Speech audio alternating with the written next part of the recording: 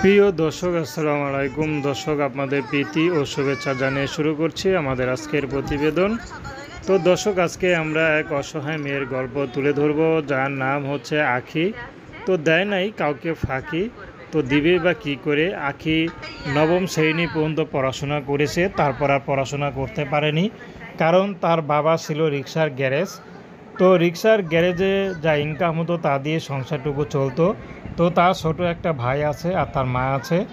তো রিক্সার গ্যারেজে টুকটাক যা ইনকাম হতো তা দিয়ে সংসার চলতো। তো হঠাৎ করে তার বাবাটা মারা যায়। তো রিক্সার গ্যারেজের আর কে হাল ধরবে, কে দেখবে, তা তো বড় ভাই নেই।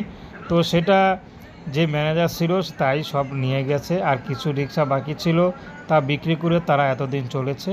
তো এখন আখি চাচ্ছে বিয়ে শাদী করতে, কিন্তু আখির মা তাকে যে টাকা পয়সা খরচ করে বিয়ে দিবে সেই অবস্থা তাদের নেই। তো আখির মা অনেক ধার কর্জ করে ফেলেছে এর মধ্যে, কারণ তাদের তো চলা লাগে, ঘর ভাড়া আছে, তো সংসার খরচ আছে। তো এত সব করিয়ে তো এখন যে আখিকে বিয়ে দিবে সে অবস্থা নেই। তো শেষমেশ আখি এখন বাধ্য হয়ে ইউটিউবে এসেছেন।